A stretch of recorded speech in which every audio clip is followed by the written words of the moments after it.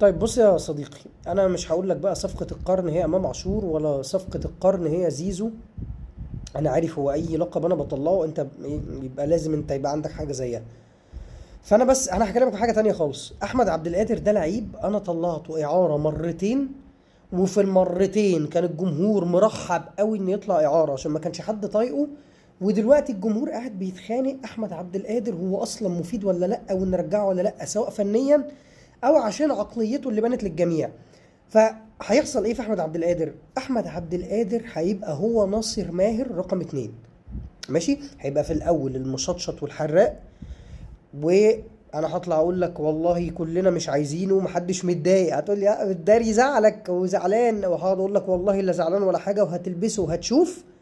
وبعدها بشهرين هتنزل البوستات زي اللي الصفح الكبيره بتاعتك ايطاليا والمختلط والشله اياها دي، ما نزلوه على ناصر ماهر بتاعت عرفنا ليه الاهلي سابه.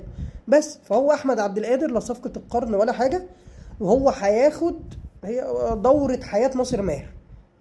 ويا سلام بقى لو طلع لقاء بقى اول لقاء ليه زي ناصر ماهر كده قال لك كانوا بيكهربوني في الاهلي، يا ده صورته تنزل كفر في ايطاليا خلاص.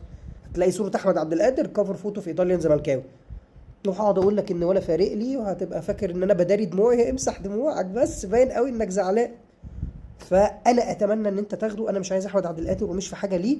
وهقابلك مع اول سكرين شوت هناخدها اول ما الموسم يبدا ويلعب له كده خمس ست سبع ماتشات، وتبدا تشتمه وتنزل البوستات بتاعت دلوقتي عرفنا ليه الاهلي طلعوا اعاره مرتين، وليه الاهلي ما كانش عايزه، وليه الاهلي ما سعاش ان احمد عبد القادر يرجع. هفكرك، لكن دلوقتي كالعاده هاخدك على قد عقلك. انت صح، هو بيتنك علينا ومش عايز يجدد وفضل الزمالك على الاهلي، وهي دي صفقه القرن. برافو عليك.